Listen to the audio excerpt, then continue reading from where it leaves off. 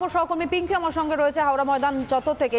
পিঙ্কি, বহু সংখ্যক যারা পরীক্ষার্থী তারা গোটা রাজ্যের বিভিন্ন প্রান্ত থেকে আজ অংশ নিচ্ছেন এই এসএসসি পরীক্ষায়, সুতরাং তাদের সঙ্গে কথা বলা এবং একই সঙ্গে কি বাড়তি ব্যবস্থাপনা তাদের জন্য রাখা হয়েছে সেই বিষয়টা যদি তুলে ধরো।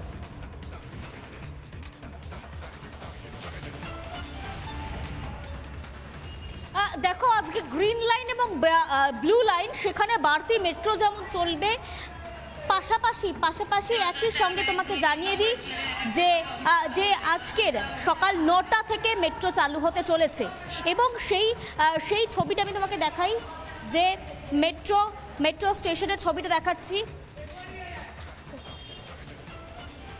তোমাকে। মেট্রো স্টেশনের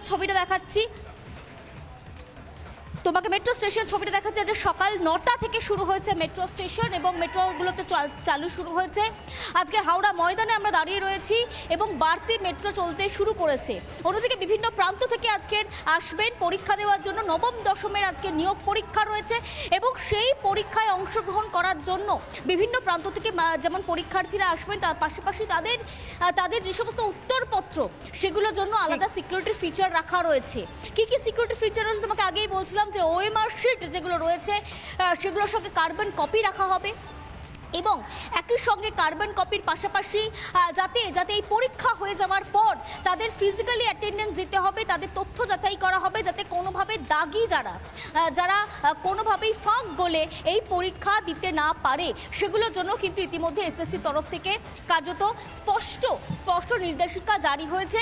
আজকে 12টা থেকে শুরু হবে পরীক্ষা এবং তার আগে 11টা-12টার মধ্যে লাস্ট প্রবেশ করতে পারবে। 11:45-এর পর থেকে প্রশ্নপত্র দেওয়া শুরু হয়ে যাবে বলে জানা যাচ্ছে।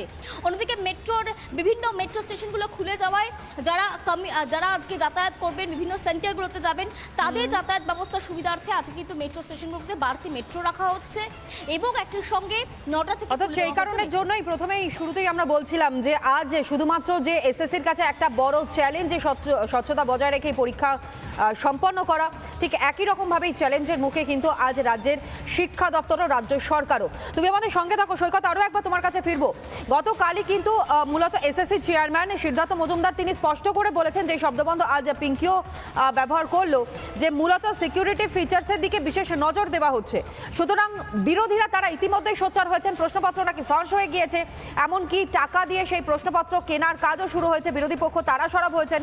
আর অন্যদিকে একেবারে অ্যাসিওর করবার মতন সিদ্ধার্থ মজুমদার তিনি বলেছেন যে এসএসসির তরফ থেকে সমস্ত রকমের ব্যবস্থা নেওয়া হবে, কোনো জালিয়াতি অন্ততপক্ষে এবারের এসএসসি পরীক্ষায় হবে না।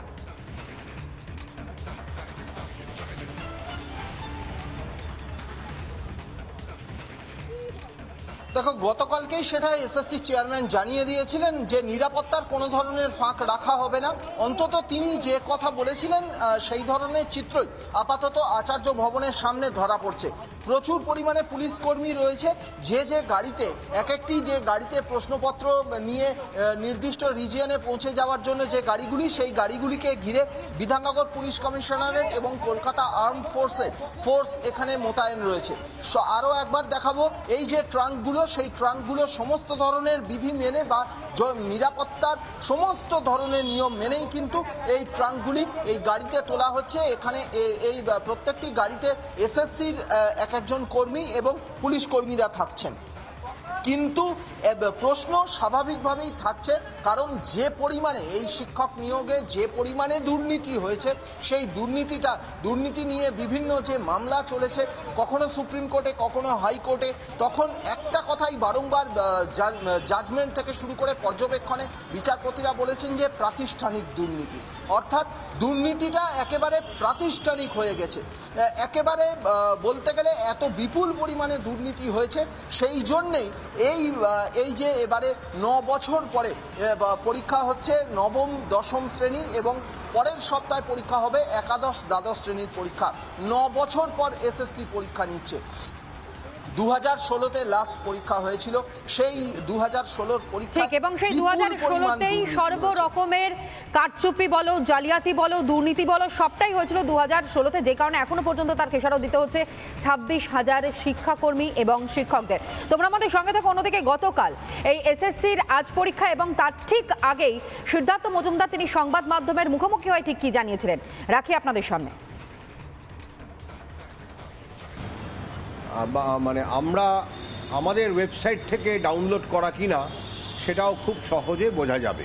ওই অরিজিনাল তো তিনি একটা আইডি কার্ড নিয়ে যাচ্ছেনই, তার একটা স্বপ্রত্যয়িত বা সেলফ অ্যাটেস্টেড যেটা ফটোকপি বলি সেরকম কপি উনি নিয়ে যাবেন। ওই সেলফ অ্যাটেস্টেড ফটোকপিটা পরীক্ষা কেন্দ্রে জমা থাকবে এবং সেটা আমাদের কাছে চলে আসবে আঞ্চলিক কমিশনগুলির মাধ্যমে। প্রশ্নপত্রের মধ্যেও নানা রকম সিকিউরিটি ফিচার থাকবে, সেগুলো নিয়ে অবশ্যই আমরা কোনো আলোচনা করব না, থাকবে এইটুকু বলে দিচ্ছি।